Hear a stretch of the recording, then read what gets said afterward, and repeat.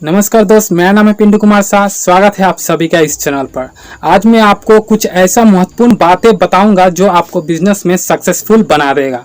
तो आप कोई भी चीज़ का बिजनेस करना चाहते हो, जैसे किराना स्टोर हो गया, परचून का दुकान हो गया, या कोई भी सैंडल का दुकान हो गया। एग्जाम्पल में जैसे आप बहुत सारा बिजनेस है, आप बिजनेस आइडिया कोई भी सोच सकते हो। जो भी बिजनेस आप करना चाहते हो आप वो पहले क्लियर कर लीजिए। क्लियर करने के बाद जो भी बिजनेस आप कर रहे हो, सपोज आपका किराना स्टोर है, किराना स्टोर का आप बिजनेस करना चाहते हो, किराना स्टोर का दुकान खोलना चाहते हो, तो सबसे पहले आप जिस एरिया में खोलना चाहते हो उस दुकान में क्या क्या आप किराना स्टोर को सामान को उपलब्ध करना है। सबसे पहले किराना स्टोर का सामान जो भी है, सारा सामान को आप अपना दुकान में स्टोर कर ले, जो भी किराना स्टोर में बिक्री होता है। उसके बाद में आपको क्या करना है कि जितना भी किराना स्टोर है आपका आसपास लोकल एरिया में, जितना भी किराना स्टोर है वो सब का रेट जाकर देख लीजिए कि वो किस रेट में सेल करता है कस्टमर को।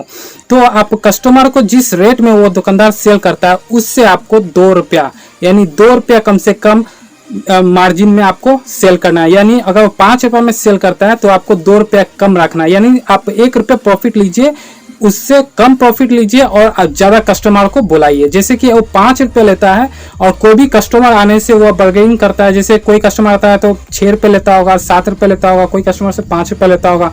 तो आप उस तरह का बिल्कुल ना करें। सबसे पहले आपको रेट आपका दुकान में फिक्स रखना है। और फिक्स कैसे रेट रखना है, आपका किराना स्टोर का आसपास में बगल में जितना भी दुकान है वो सबका रेट आपको पता कर लेना है। और उससे यदि अगर वो किसी चीज का 5 रुपये में सेल कर रहा है तो आप उसको 3 रुपये में सेल कीजिए। और ऐसा है कि आप हर जितना भी दुकान में जितना भी आइटम्स रखे होंगे वो उस सारा आइटम्स का एक लिस्ट बना लीजिएगा। लिस्ट बनाने के बाद में आप जो भी आइटम्स को वो जितना में सेल करता है उससे आप 2 रुपया कम में आपको सेल करना है।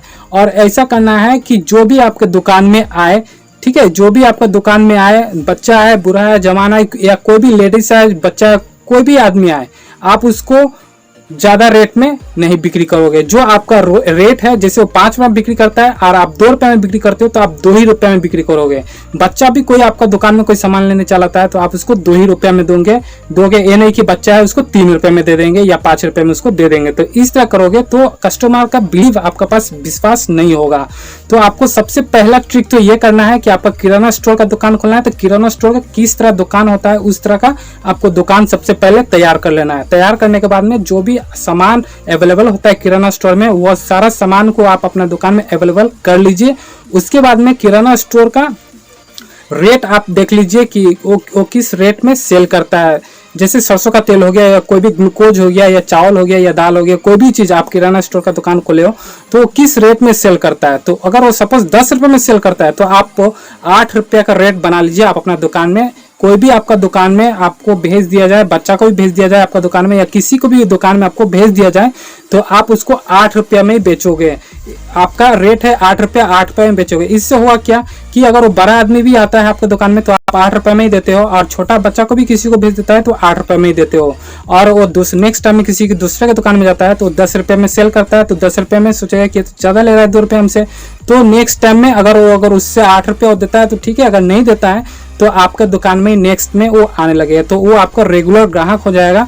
और किसी बच्चा को भी भेजेगा वो आपका दुकान में तो आप 8 रुपये उसको दोगे। कोई भी चीज का सामान जो भी आप रेट बनाए हो सभी दुकान से आपको 2 रुपया कम का रेट बनाना है और उसी रेट में किसी को भी बेचना है। ये नहीं कि बच्चा आया तो उसको हम ज्यादा रेट में दे देंगे। आप सेम टू सेम जो रेट में बड़ा आदमी को देते हो उसी रेट में बच्चा को भी देना है, कि आपको जो भी कस्टमर है आपका कस्टमर से आपका बिलीव हो, आप पर विश्वास हो कि हम बच्चा को भी भेज देंगे आपका दुकान में, इनका दुकान में, तो यह उसी रेट में ठीक ठाक रेट में जो रेट है इनका सबसे दुकान से कम रेट में देते हैं। इनका इसमें कोई भी नहीं है कि ज़्यादा रेट काट लेंगे बच्चा को देख के, ऐसा कुछ नहीं है। तो आपको ये बिलीव करना है। सबसे पहले आपको क्या करना था, किराना स्टोर जैसा होता है उस तरह किराना स्टोर आपको बनाना है। उसके दूसरा बार में आपका किराना स्टोर में जो भी सामान अवेलेबल होता है वो सारा सामान को अवेलेबल करना है। यदि आपके पास कमती पैसा है तो अगर 10 पीस रखने का पैसा नहीं है तो 2 पीस ही वो आइटम रखिए। तो इसी तरह सब में से आइटम आपको मिलाकर यानी सारा आइटम आपको दुकान में रखना है। और उसके बाद में आपको क्या करना है कि आपका रेट लिस्ट जो है आप अपना रेट लिस्ट बना लीजिए। जो भी ग्राहक दूसरा दुकान में 10 रुपये में किनता है वो आपका दुकान में 8 रुपये में किनना चाहिए। तो आप 2 रुपये मार्जिन करते हो। आप अपना सामान के आइटम का हिसाब से आप कमती रेट कर सकते हैं और उसका साथ में रख सकते हो कि इसमें कितना रेट हम रखेंगे। ज़्यादा आप मार्जिन मत लीजिएगा कभी भी, और इससे होगा क्या, आपका ग्राहक जो है, कस्टमर जो है ज़्यादा होगा और आपको प्रॉफिट भी ज़्यादा मिलेगा। अगर ज़्यादा ग्राहक आएगा तो प्रॉफिट भी ज़्यादा होगा, और आप 1 ही रुपये प्रॉफिट होगा, मगर 10 ग्राहक आएगा तो 10 रुपये प्रॉफिट होगा।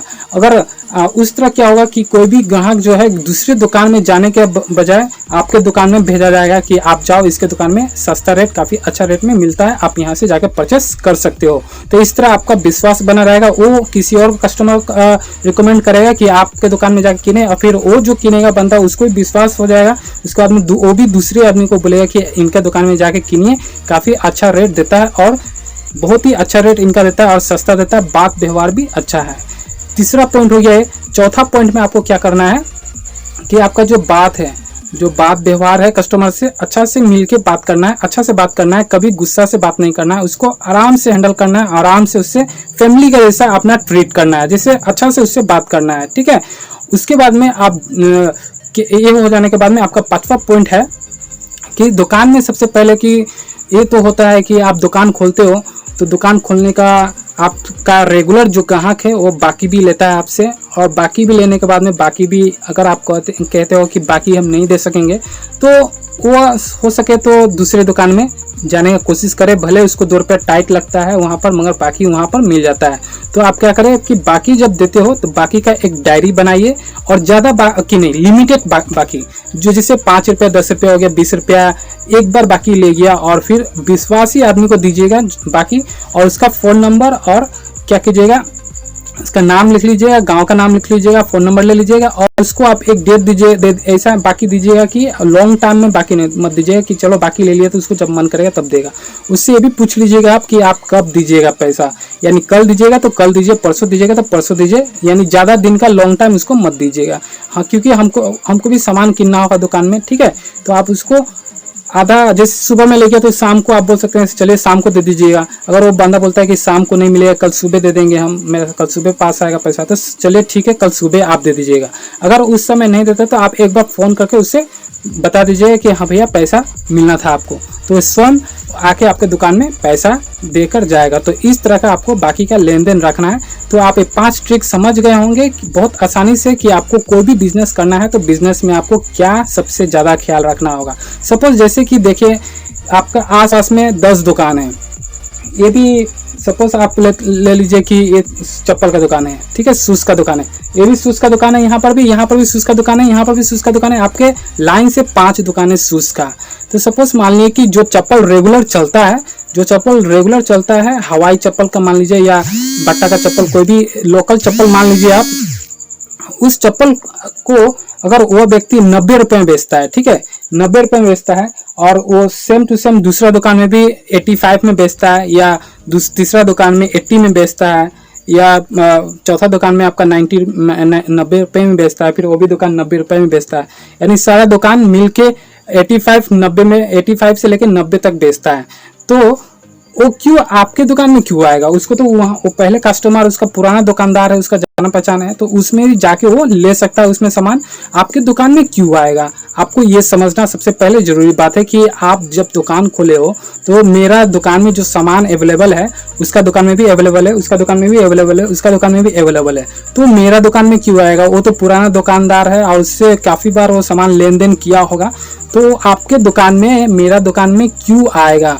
तो इसमें सबसे पहले आपको क्या करना होगा, पहला टिप है कि उसका जो रेट है, ठीक है, उसका जो रेट है, सपोज उसका रेट है 90 रुपये और 90 रुपये से कम नहीं करता है, 90 रुपये में ही सेल करता है, तो आपको क्या करना है, आपका अगर परचेसिंग 50 रुपीज़ है, मान लीजिए कि कोई चीज़ का, कोई चप्पल का आपका परचेसिंग 50 रुपीज़ है और वो 90 रुपये में बेच रहा है, 90 रुपीज़ में बेच रहा है, तो आप सीधे डायरेक्टली कर लीजिए उसको 60 रुपीज़ या 55 रुपीज़, 55 रुपीज़ एक फिक्स रेट बना लीजिए और उस लिस्ट को आप साट के अपना डायरी में रख लीजिए और उसी रेट में आप किसी भी कस्टमर को हैंडल कीजिए, किसी भी कस्टमर को आप उसी रेट में सेल किया कीजिए। जब भी कोई भी कस्टमर एक बार आपके दुकान में आएगा और 55 रुपीज़ में ले जाएगा, तो नेक्स्ट दिन अगर किसी का दुकान में सोचेगा चलो इसी का दुकान में हम ले लेते हैं, तो वो जब आदमी बोलेगा 90 रुपीज़ उसी चीज़ का, तो वो 90 रुपया जब बोलेगा तो वहाँ से छोड़ के आपके दुकान में फिर से वो आएगा और आपके दुकान में रेगुलर वो आने लगेगा। तो इसी तरह का आपको रेट रखना है कि आपके दुकान से कोई ग्राहक वापस ना जाए और आपके दुकान में जब एक बार आ जाए तो आपका रेट का जैसा दूसरे दुकानदार के पास रेट ना मिले। So thank you. यदि आपको ये वीडियो पसंद आया हो तो इस वीडियो को लाइक और शेयर जरूर कीजिएगा। कोई चीज़ पूछना चाहते हो तो कमेंट बॉक्स में आप पूछ सकते हो।